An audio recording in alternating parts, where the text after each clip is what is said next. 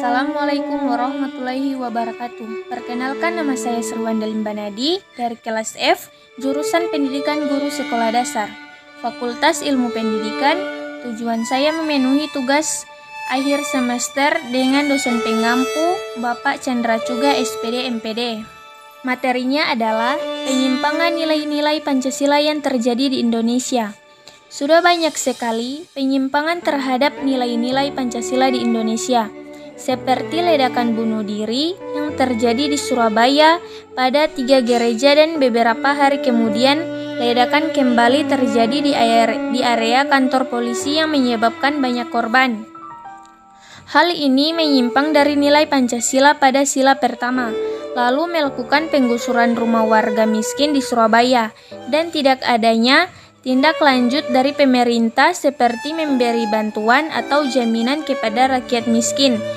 Beberapa tahun silam, hal ini termasuk ketidakadilan pemerintah kepada rakyat miskin yang menyimpang dari nilai sila kedua. Selanjutnya, sering terjadinya perang antar suku, tawuran antar pelajar, banyaknya aliran sesat yang muncul di kalangan masyarakat yang menyimpang dari nilai Pancasila sila ketiga. Selanjutnya, sering terjadinya ketidakadilan hukum, ulah wakil rakyat yang memalukan, dan korupsi. Salah satu contoh yaitu ketidakadilan di Indonesia, yaitu hanya karena mencuri makanan seharga Rp2.000 maka diberi sanksi 2 bulan penjara. Sedangkan para pejabat yang memakan uang negara cukup besar hanya ditahan selama 1 atau 2 tahun saja. Hal ini menyimpang dari nilai Pancasila pada sila keempat.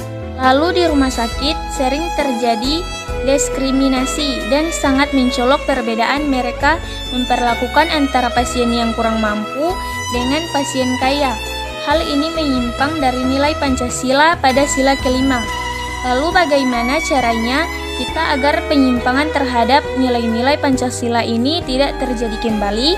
Dari sekian banyak penyimpangan nilai sila yang dilakukan, menandakan bahwa tidak relevannya bangsa Indonesia dengan nilai Pancasila.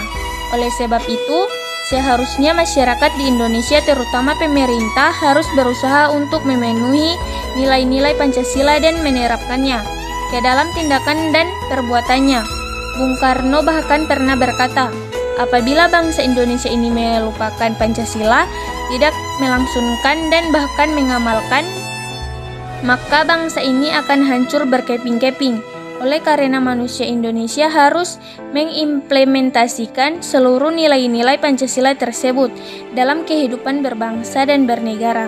Pancasila yang seharusnya menjadi ideologi negara Indonesia, tetapi pada kenyataannya Pancasila hanya mengendap sebagai simbol dan belum mampu dimaknai hingga memberikan kesatuan dan persatuan bagi bangsa. Pemaknaan Pancasila selama berpuluh-puluh tahun ini cenderung bersifat top-down, dari negara ke rakyat, dan makna Pancasila sendiri tereduksi sedemikian rupa karena Pancasila kerap dijadikan alat stabilisasi dan pelanggaran kekuasaan oleh orang yang memiliki kekuasaan.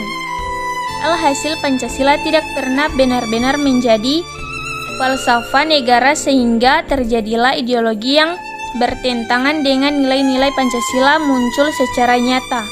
Seharusnya warga negara Indonesia, khususnya pemerintah dan orang-orang yang mempunyai kekuasaan, sadar dan lebih bisa berdialog dalam hidup bersama melalui nilai-nilai Pancasila.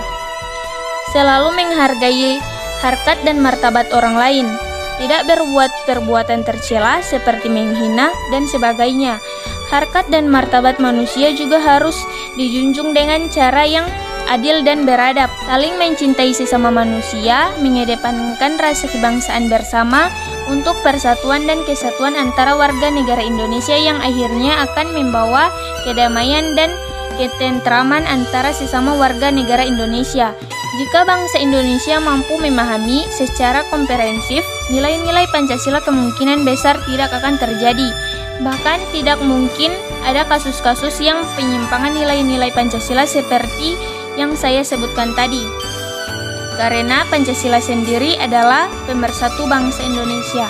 Sekian dari saya. Wassalamualaikum warahmatullahi wabarakatuh.